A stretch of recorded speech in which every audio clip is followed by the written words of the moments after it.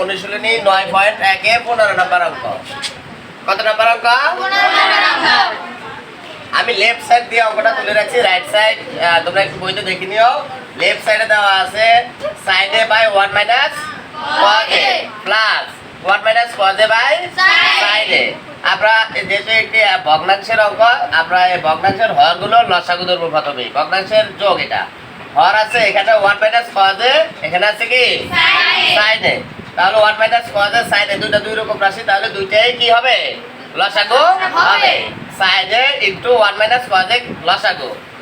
এরপরের কাজ হচ্ছে এই হর দিয়ে লসাগুকে ভাগ। 1 মাইনাস cos a দিয়ে যদি আমরা sin a into 1 minus cos a কে ভাগ দেই, তাহলে 1 minus cos a 1 minus cos a কাটা যায়, কি থাকে? sin a থাকে। sin a আর উপরে sin a গুণ দিলে কি হয়? sin স্কয়ার a প্লাস এর প্লাস।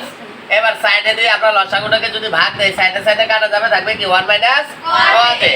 1 মাইনাস cos a আর 1 মাইনাস cos a যদি আমরা গুণ দেই, তাহলে কি হয়? 1 মাইনাস cos স্কয়ার a, মানে দুইটা 1 মাইনাস cos a, এটা আমরা লিখতে পারি 1 minus cos a whole square. 1 minus cos a whole square. এরপরের লাইনটা দেখো, sin square sin square plus এর plus.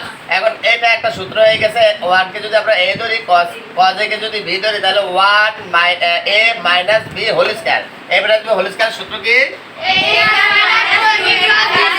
a square minus 2ab plus b square.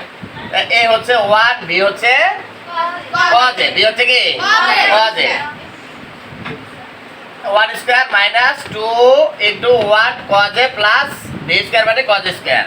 এরপরের লাইন নিচে যা আছে তাই লিখে রাখলাম। এরপরের লাইনে আসি sin স্কয়ারের sin স্কয়ার। এই পাশে যে cos স্কয়ারটা আছে, সেই cos স্কয়ারটা আমরা কোথায় নিয়ে আসছি?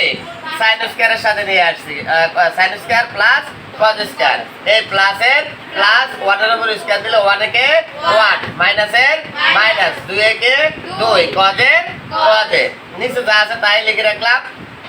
এখানে একটা সূত্র আছে, sin square theta plus cos square theta সমান কি 1। sin তোমাদের শক্তি কম নাকি? sin square theta plus cos square theta সমান 1। এই প্লাসের প্লাস, এই 1 এর 1 minus 2 cos a minus 2 cos a। নিচে যা আছে তাই লিখে রাখলাম। 1 এর যোগ দিলে কি হয়? 2 মাইনাসের মাইনাস 2 cos a। আর নিচে sin a into 1 minus cos a। আমরা একটু ওই পাশে যাই, দেখো এখান থেকে 2 মাইনাস 2 ইনটু 2 cos a। এখান থেকে যদি একটা 2 কমন নেই আমরা, 2 থেকে 2 কমন গেলে থাকে কি 1। এই মাঝের মাইনাসের মাইনাস 2 cos a থেকে 2 কমন গেলে থাকে কি cos a। আর নিচে sin a into 1 minus cos a। তাহলে উপরে আছে 1 minus cos a 1 minus cos a 1 minus cos a 1 minus cos a কাটা। তাহলে উপরে থাকে 2, নিচে থাকে sin a। 2 টাকে আমরা পাশে নিয়ে আসছি, আর তাহলে উপরে থাকে 1, নিচে থাকে কি sin a। এই 2 এর 2 1 মাইনাস sin এর পরিবর্তে লেখা যায় কি cos a K. 2 into cos a কে, এটা হচ্ছে আমাদের রাইট সাইড। তাহলে অঙ্কতে দেখো তোমাদের আমাদের বের করতে বলছে 2 cos a কে, আমাদেরকে কি বের করতে বলছে? রাইট সাইডের সাথে মিলে গেছে। লেফট সাইড সমান রাইট সাইড প্রুফ।